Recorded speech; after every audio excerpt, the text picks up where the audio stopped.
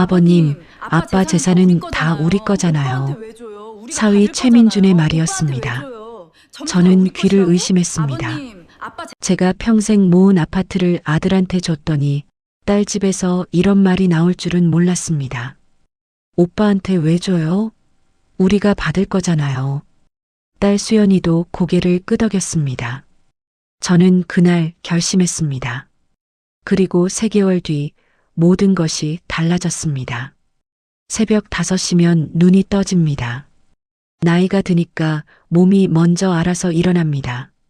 자명종이 필요 없어진 지가 벌써 10년이 넘었습니다. 그게 축복인지 저주인지는 아직도 모르겠습니다. 박정래, 올해 71입니다. 경기도 수원에서 초등학교 교사로 33년을 일하고 퇴직한 지 6해가 지났습니다. 남편 이철수는 63세 심장마비로 갔습니다.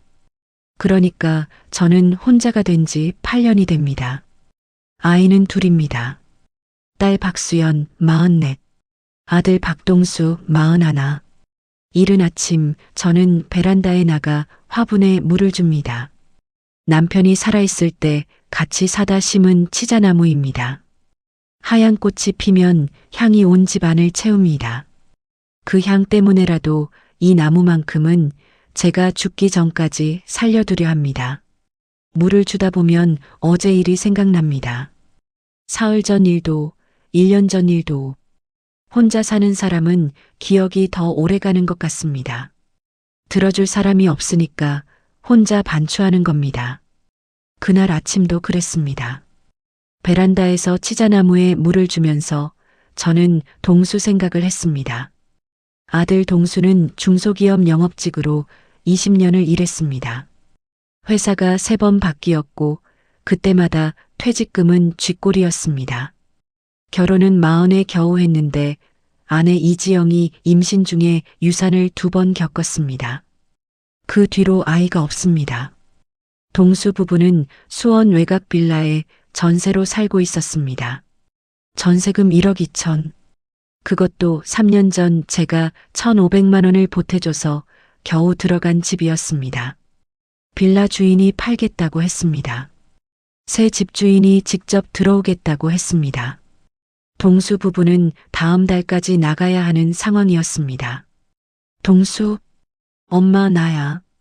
정래, 응, 무슨 일이야? 밥은 먹었어? 동수, 엄마, 나 솔직하게 말할게. 빌라에서 나가야 하는데 갈 데가 없어. 요즘 전세금이 너무 올라서 지영이도 스트레스 받고 있고. 잠시 침묵이 흘렀습니다. 저는 전화기를 쥔 손에 힘이 들어가는 걸 느꼈습니다. 아들이 이렇게 직접 말하는 건 처음이었습니다. 동수는 성격이 무딘 것 같지만 실은 자존심이 강한 아이입니다. 부모한테 손 벌리는 걸 죽도록 싫어하는 아이였습니다. 그 아이가 이렇게 전화를 한 겁니다. 정래, 얼마나 필요해? 동수, 아니 엄마, 돈 달라는 게 아니라. 정래, 동수야, 엄마한테 뭐가 있는지 알지? 수원 아파트. 동수, 엄마, 정래, 내가 거기 명의를 내 앞으로 돌릴게. 그 집에서 살아라, 너희.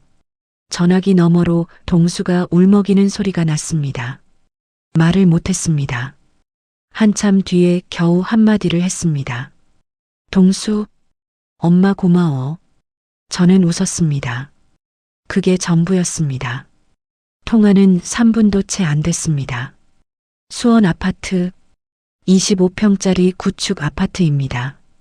30년 전에 남편이 퇴직금으로 사두었고 남편이 죽은 뒤엔 제 명의로 넘어왔습니다. 전세를 놓고 있었는데 마침 임차인이 만료되어 비어 있었습니다. 시세는 약 2억 8천에서 3억. 그게 제 전 재산의 절반이었습니다.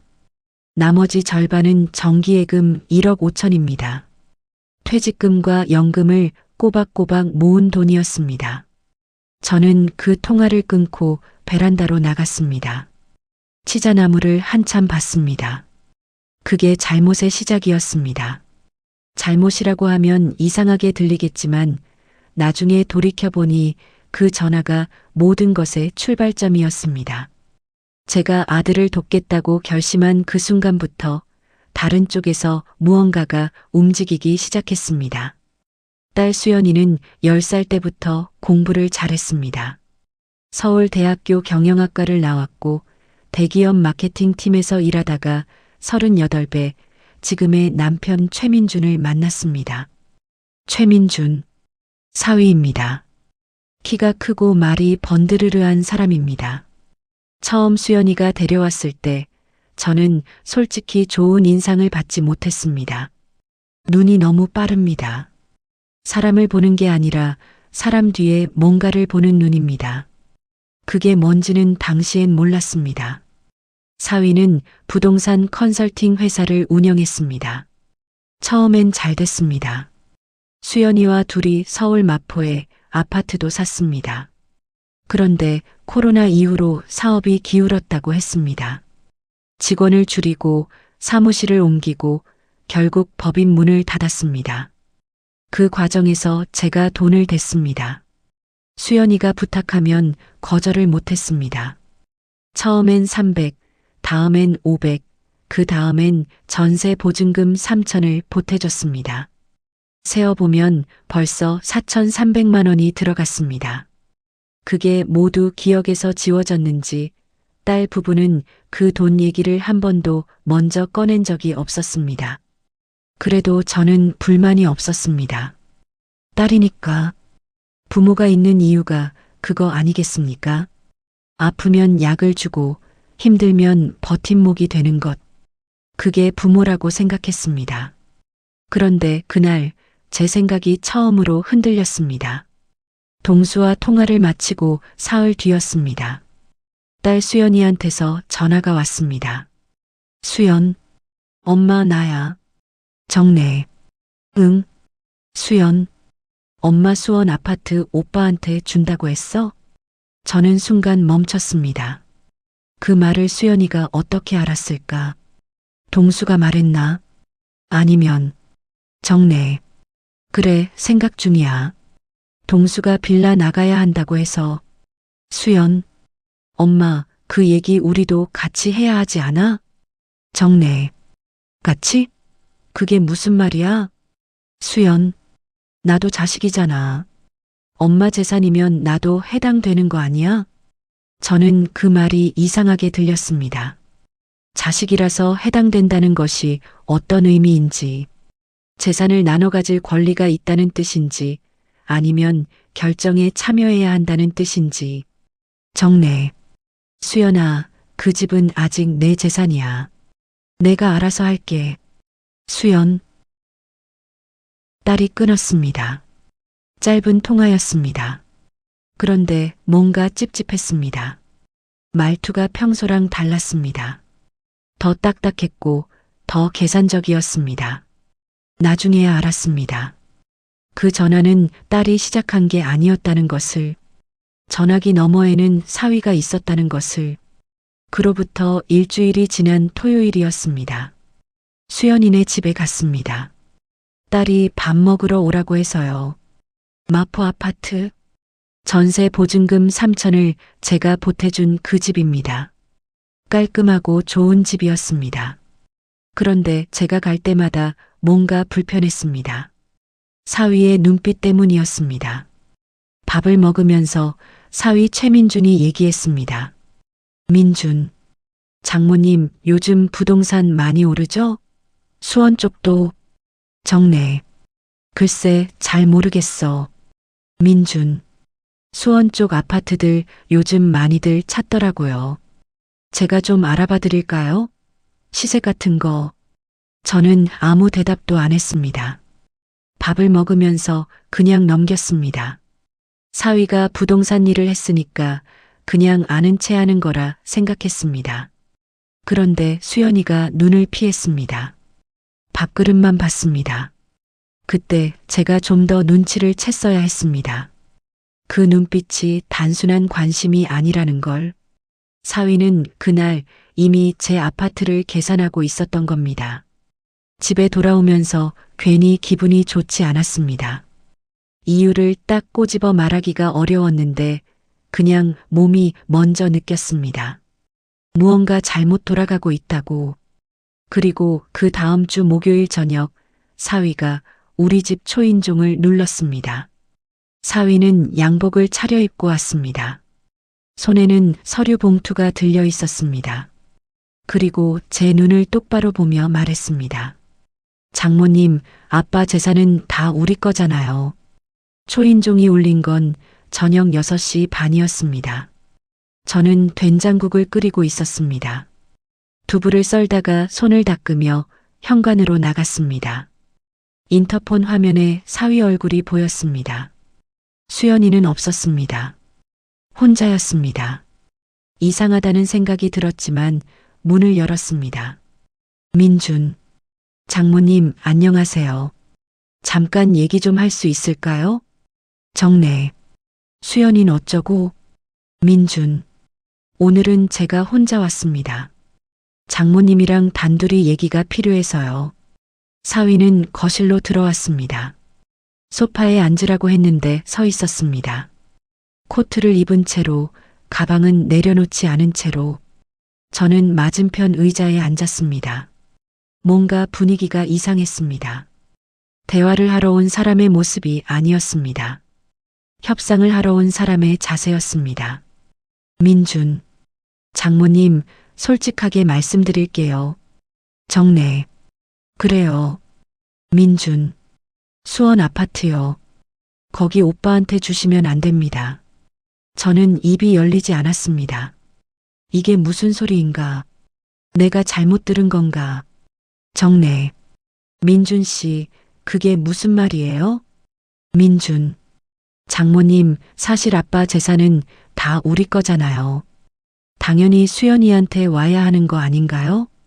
그 문장을 들은 순간 저는 아무 말도 못했습니다. 아빠 재산은 다 우리 거. 제 귀를 의심했습니다. 다시 들어도 같은 말이었습니다. 이 사람이 지금 나한테 내 재산이 자기 것이라고 하는 건가? 내가 아직 살아있는데 아빠 재산은 다 우리 거잖아요.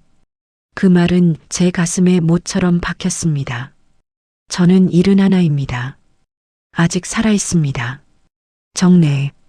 민준 씨, 그 아파트는 내 재산이에요. 내가 결정할 수 있어요. 민준. 물론 결정은 장모님이 하시죠. 근데 형평성 문제가 있잖아요. 우리한테는 그 아파트 금액의 절반도 안 오잖아요. 정래.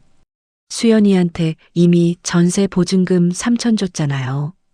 민준. 그건 예전 얘기잖아요. 지금 아파트 시세가 3억이에요.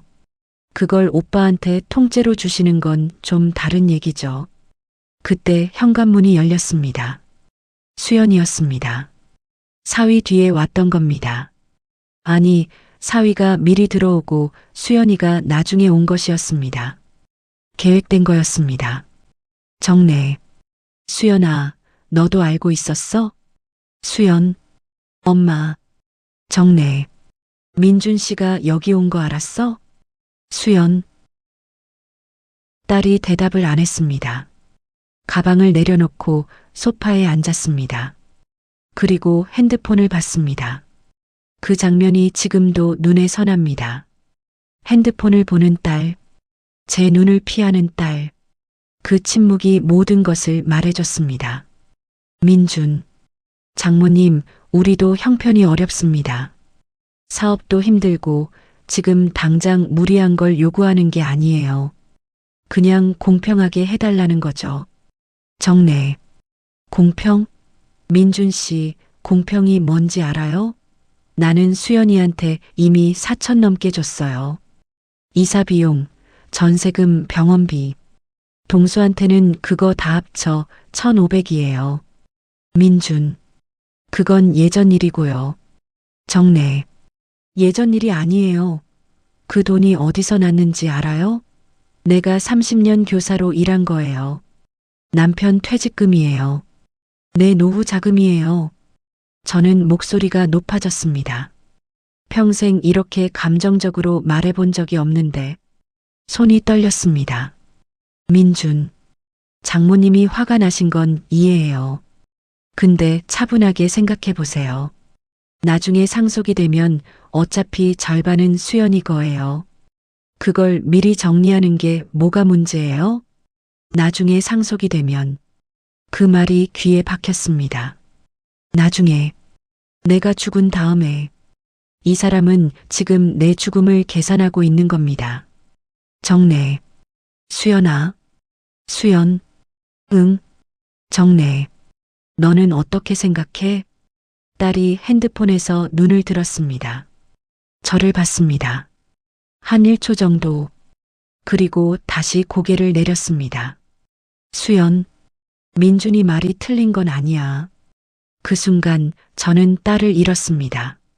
아파트를 잃기 전에 딸을 먼저 잃었습니다.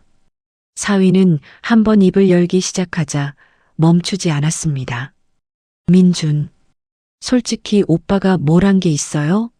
직장도 중소기업 들락날락하고 아이도 없고 장모님 병원 한 번이라도 따라간 게 있어요? 우리가 몇 번 갔어요? 정래. 민준, 명절에 누가 왔어요? 우리잖아요. 어버이날 누가 챙겼어요? 우리잖아요. 그 노력은 어디 가요? 명절에 왔습니다. 맞습니다. 그런데 올 때마다 손이 빈 적이 없었는지, 선물 받을 때마다 뭔가를 바라는 눈으로 오지 않았는지, 저는 그걸 지금 다시 생각했습니다. 민준, 장모님이 아프면 우리가 달려올 거잖아요. 동수 형은 지방 출장 핑계 대겠죠. 그게 현실이잖아요. 정래, 민준 씨, 민준, 예, 정래, 오늘은 나가줘요. 사위가 잠깐 저를 봤습니다. 뭔가를 더 말하려다 멈췄습니다. 그리고 가방을 들었습니다. 민준, 천천히 생각해 보세요. 저도 마음이 급한 건 아니니까요. 수연이가 따라 나갔습니다. 뒤돌아보지 않았습니다. 현관문이 닫혔습니다. 저는 거실에 혼자 남았습니다. 쿠션을 안고 소파에 앉아 있었습니다. 얼마나 앉아 있었는지 모르겠습니다. 부엌에서 된장국 끓는 소리가 들렸습니다. 냄비가 넘치고 있었습니다. 저는 일어나지 않았습니다. 다음 날 아침 아들 동수한테서 전화가 왔습니다. 목소리가 떨리고 있었습니다. 엄마, 나 해고될 것 같아. 형부가 회사에 전화한 것 같아. 다음 날 아침 7시였습니다. 동수한테서 전화가 왔습니다. 이 아이가 이 시간에 전화하는 건 무슨 일이 생겼다는 뜻입니다.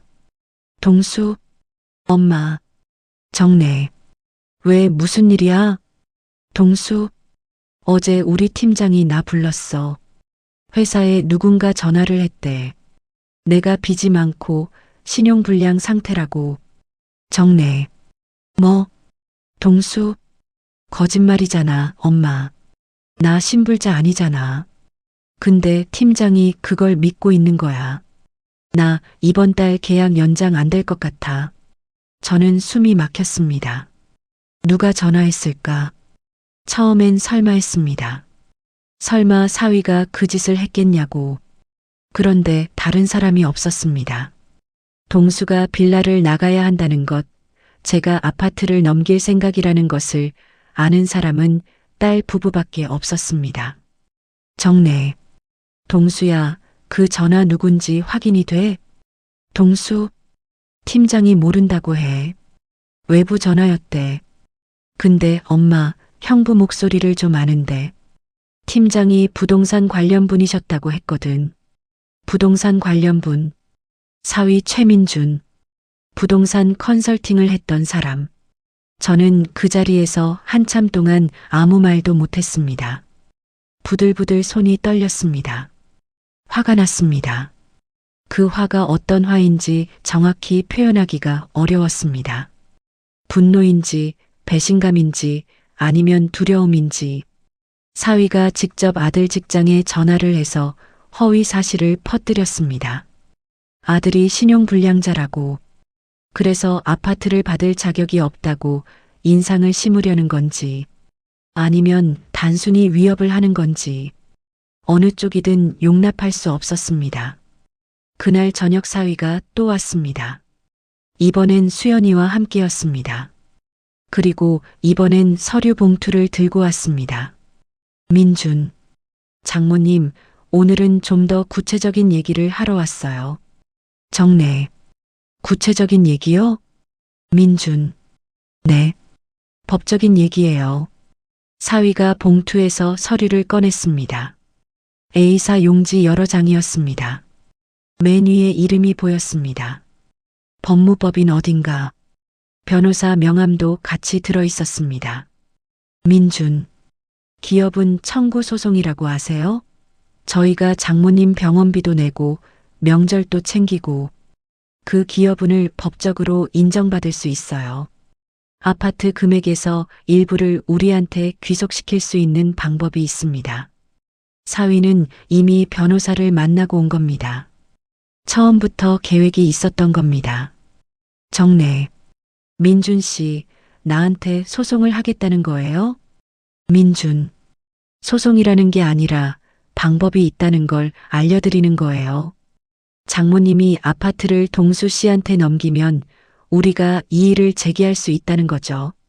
정래, 수연아, 수연, 정래, 이게 내 생각도 맞아?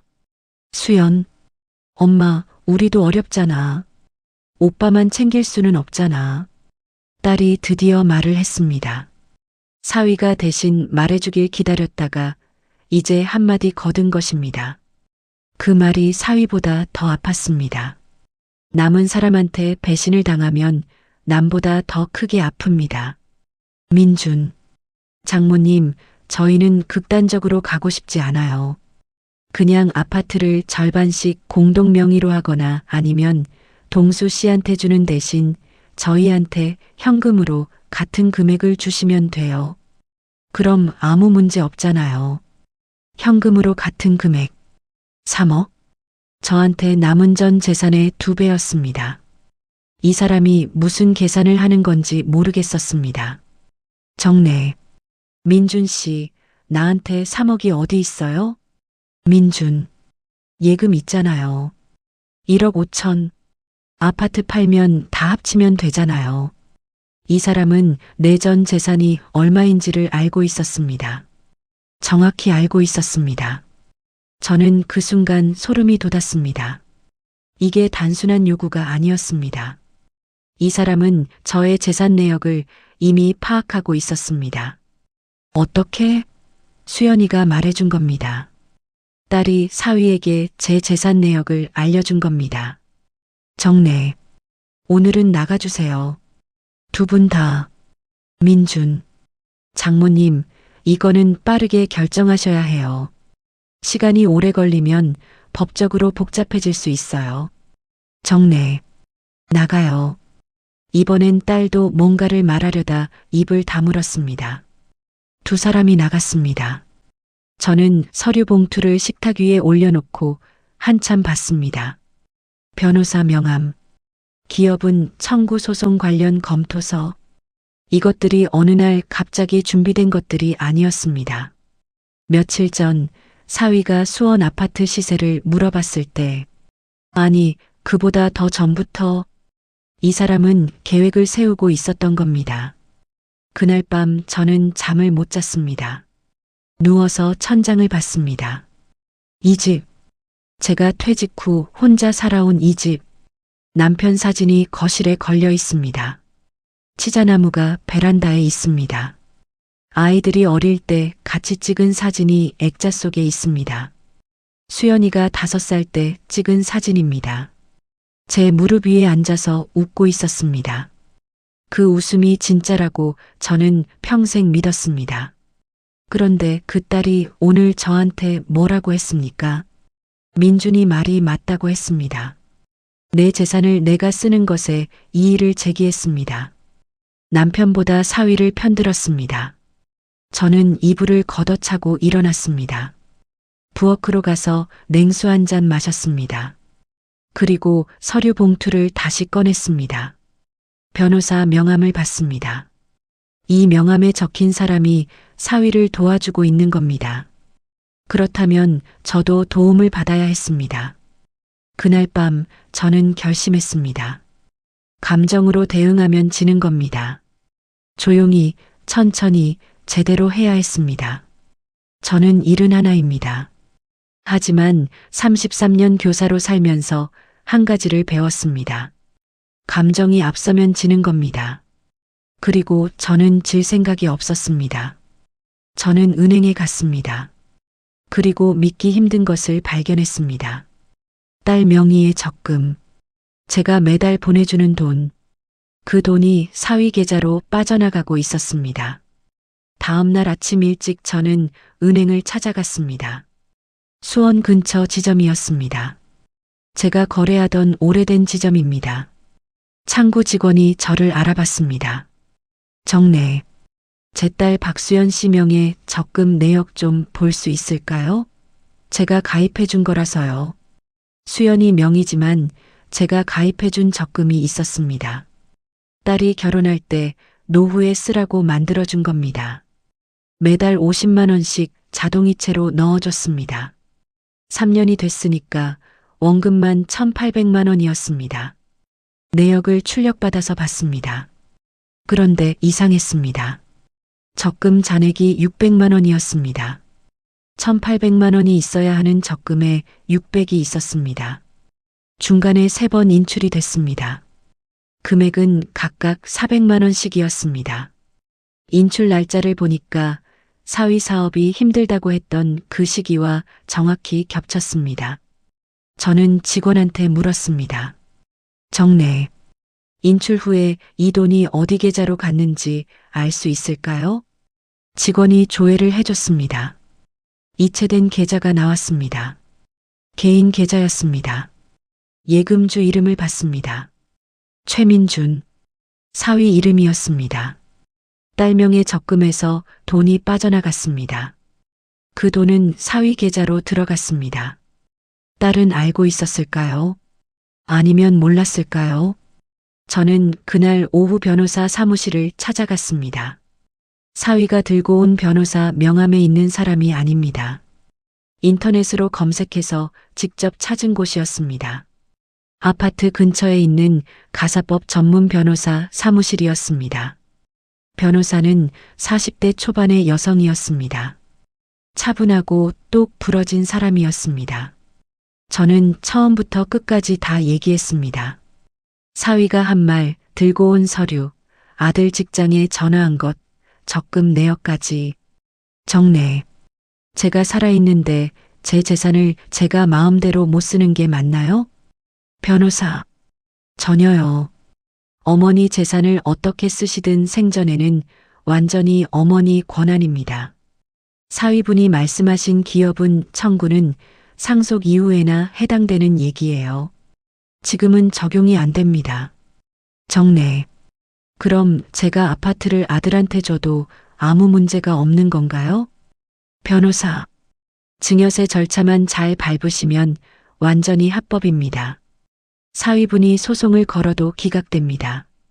저는 잠깐 눈을 감았습니다. 숨을 내쉬었습니다. 정례, 그리고 이 적금 내역이요. 제가 딸 명의로 넣어준 돈인데 사위 계좌로 이체가 됐어요. 이건 어떻게 되는 건가요? 변호사, 딸분이 동의하고 이체한 거라면 부부간 자금 이동이라 형사적으론 어렵지만 어머니가 증여 목적으로 조성해 주신 자산이 제3자 명의 계좌로 이동한 거라면 증여 목적 이탈 주장이 가능합니다. 민사로는 다툴 수 있어요. 저는 고개를 끄덕였습니다. 변호사 사무실에서 나오면서 저는 딸한테 전화를 했습니다. 만나자고 했습니다. 민준 씨 없이 딸이 카페로 나왔습니다. 저를 보자마자 눈치를 살폈습니다. 제가 화가 난 얼굴인지 확인하는 것 같았습니다. 정례, 수연아, 엄마가 물어볼 게 있어. 수연, 응. 정례, 4명의 적금. 엄마가 매달 넣어주는 거. 거기서 돈이 빠진 거 알아? 수연이 얼굴이 굳었습니다. 커피잔을 내려놨습니다. 수연. 정래. 사위계좌로 이체됐어. 3번에 걸쳐서 1200만 원. 수연. 엄마, 그건. 정래. 내가 했어? 아니면 민준이가 했어? 딸이 한참 말을 못했습니다. 그러다가 눈물이 났습니다. 소리 없이 눈물만 흘렸습니다. 수연. 엄마, 나 힘들었어. 민준이 사업 망하고 빚이 생기고 내가 공인인증서 줬어. 민준이가 급하다고 해서. 정래. 공인인증서를 줬다고? 그럼 민준 씨가 내 동의 없이 인출한 거야? 수연. 처음엔 내가 알고 있었는데 3번째는 나도 몰랐어. 통장 내역 보고 나서 따졌더니 갚겠다고 했어. 딸은 알고 있었습니다. 처음엔. 그리고 3번째는 몰랐다고 합니다. 어느 쪽이든 제가 넣어준 돈이 사위 손에 들어간 건 사실이었습니다.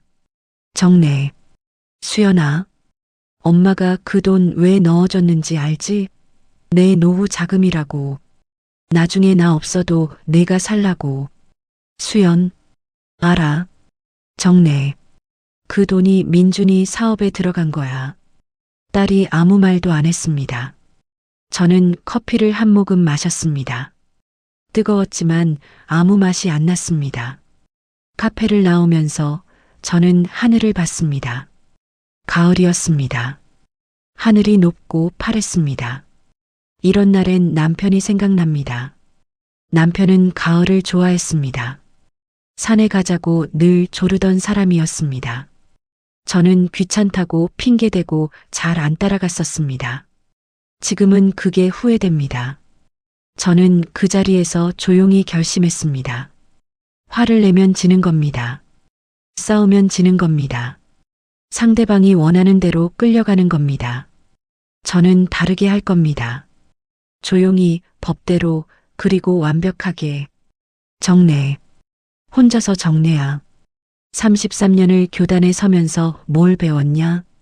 흥분한 사람은 절대로 이길 수 없다고 가르쳤잖아.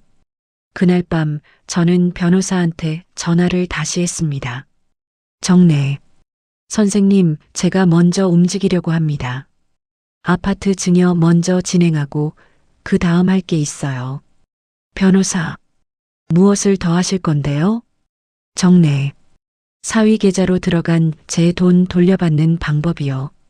그리고 아들 직장에 허위 사실 유포한 거 그냥 넘기면 안 될 것 같아서요. 변호사가 잠깐 침묵했다가 말했습니다. 변호사. 어머니, 준비가 되셨군요. 그럼 저도 준비하겠습니다. 6달 뒤 사위한테 2통의 서류가 날아들었습니다. 첫 번째는 민사소장, 2번째는 딸의 이혼 서류였습니다. 사람들은 복수를 드라마틱하게 상상합니다. 대성통곡을 하거나 소리를 지르거나 상대방 앞에서 멋지게 한마디를 날리거나. 저는 그런 사람이 아니었습니다. 변호사 선임 후 6달 동안 저는 조용히 살았습니다. 아침에 일어나서 치자나무에 물을 줬습니다. 장을 봤습니다. 가끔 동수 부부한테 가서 밥을 먹었습니다. 이웃 할머니들과 복지관에 다녔습니다. 그 사이에 변호사가 움직이고 있었습니다. 아파트 증여는 사위가 2번째로 방문한 지 4주 만에 완료됐습니다. 동수 명의로. 법적으로 완벽한 절차였습니다. 동수는 처음에 극구 사양했습니다. 동수, 엄마, 이러면 형부 더 난리치는 거 아니야? 정래. 괜찮아. 엄마가 다 알아서 할게. 동수. 근데 엄마. 정래. 동수야. 이 집은 내가 잘 살아야 의미가 있어. 그러니까 그냥 받아. 아들이 울었습니다. 남자가 40이 넘어서 엄마 앞에서 우는 건 웬만해서는 잘 안 됩니다. 그런데 동수는 울었습니다. 그 울음이 고마웠습니다. 제가 잘하고 있다는 확인이었습니다. 신2 소장 2통. 아파트 증여가 완료되고 한 달 뒤 사위한테 서류가 날아갔습니다. 민사소장이었습니다.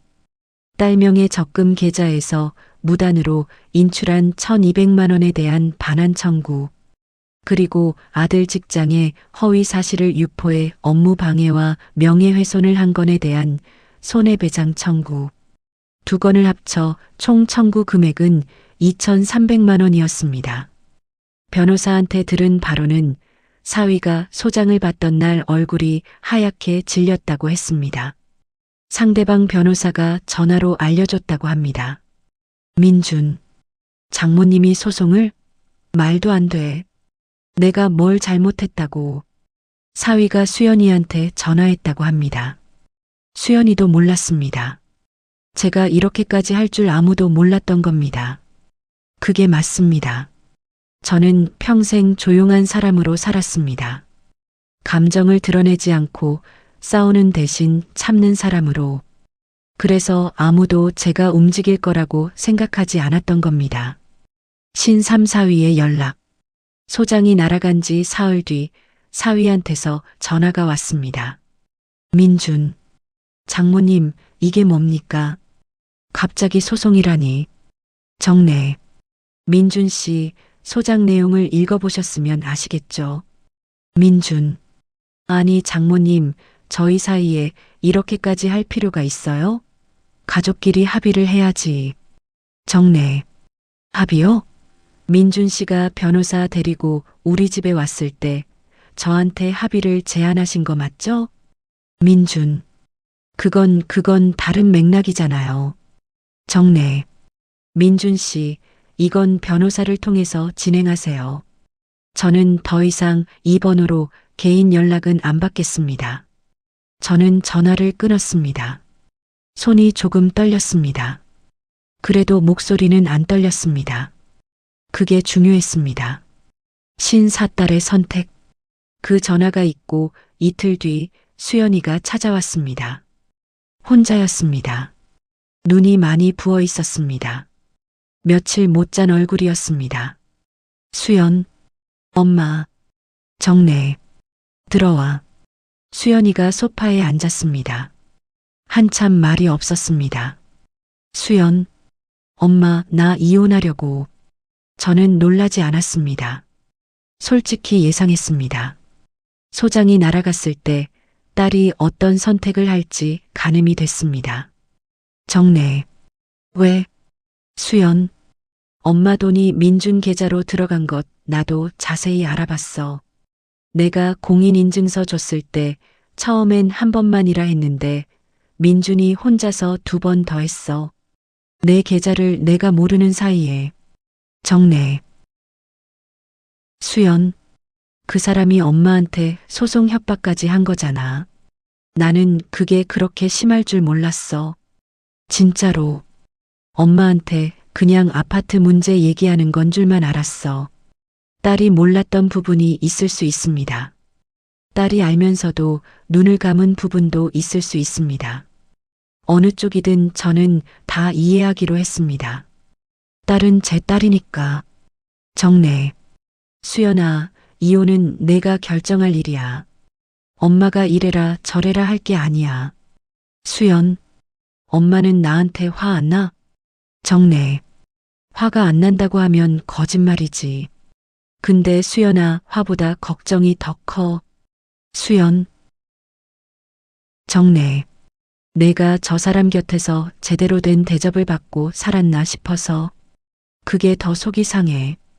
딸이 울었습니다. 이번엔 소리내서 울었습니다. 저는 딸 옆에 가서 앉았습니다. 등을 쓸어줬습니다. 아무 말도 안 했습니다. 그 시간이 얼마나 됐는지 모르겠습니다. 한참이었습니다. 신5 재산 정리. 소송은 5개월 만에 조정으로 마무리됐습니다. 사위가 합의를 요청했습니다. 결국 1,000만 원을 돌려받는 조건으로 마무리됐습니다. 전액은 아니었지만 저는 받아들였습니다. 더 끌 이유가 없었습니다. 명예훼손건은 사위가 정식으로 아들한테 사과를 하는 조건으로 취하했습니다. 동수가 그걸로 충분하다고 했습니다. 그리고 저는 나머지 예금을 정리했습니다. 1억 5천에서 소송 비용, 동수 아파트 증여세 보태준 것, 생활비를 빼고 나니 약 1억 2천이 남았습니다. 저는 그중 5천만 원을 지역 복지재단에 기부했습니다. 남편 이름으로. 복지사. 어머니, 이렇게 큰 금액을 어떻게. 정내. 남편이 좋아했을 것 같아서요. 이런 방식을. 복지사가 뭔가를 더 말하려다 그냥 고개를 숙였습니다. 저도 그것으로 충분했습니다. 신육 마지막 장면. 초겨울이었습니다. 동수 부부가 수원 아파트로 이사를 완료했습니다. 저는 이사 당일 찾아갔습니다. 며느리 지영이가 김치찌개를 끓여놨습니다. 작은 식탁에 4명이 앉았습니다. 동수, 지영, 수연, 그리고 저. 수연이는 이혼 절차가 마무리되기 전이었지만 이미 마포 집을 나와 친구 집에 머물고 있었습니다. 이날 제가 부르지 않았는데 동수가 누나한테도 연락을 했습니다. 수연, 엄마 나와도 돼? 정내. 당연하지. 그게 전부였습니다. 짧은 2마디. 밥을 먹었습니다. 김치찌개가 맛있었습니다. 지영이가 파김치도 담가놨다고 꺼냈습니다. 동수가 밥을 2그릇 먹었습니다. 수연이는 조용히 먹었습니다. 저도 조용히 먹었습니다. 밥을 다 먹고 나서 동수가 커피를 내렸습니다. 우리는 거실에 앉았습니다. 아직 짐이 다 정리되지 않은 거실이었습니다. 박스가 쌓여 있고 가구가 아직 자리를 잡지 못했습니다. 동수, 엄마 고마워. 정내, 잘 살아라. 수연, 엄마 나 이제 어떻게 해야 하지? 정내, 다시 시작하면 되지. 수연아, 너 44이야. 아직 한참이야. 딸이 잠깐 웃었습니다. 어색하게. 그래도 웃었습니다. 저는 그 웃음을 봤습니다. 5살 때 제 무릎에 앉아서 웃던 그 얼굴이랑 조금 닮았습니다. 나이가 들었어도 그 얼굴이 아직 거기 있었습니다. 아빠 재산은 다 우리 거잖아요. 그 말을 한 사람은 지금 법원 서류를 받고 있습니다. 그리고 저는 오늘 아이들과 밥을 먹었습니다. 저는 저녁에 집에 돌아왔습니다. 베란다에 나가서 치자나무를 봤습니다. 겨울이라 꽃은 없었습니다. 잎만 남아 있었습니다.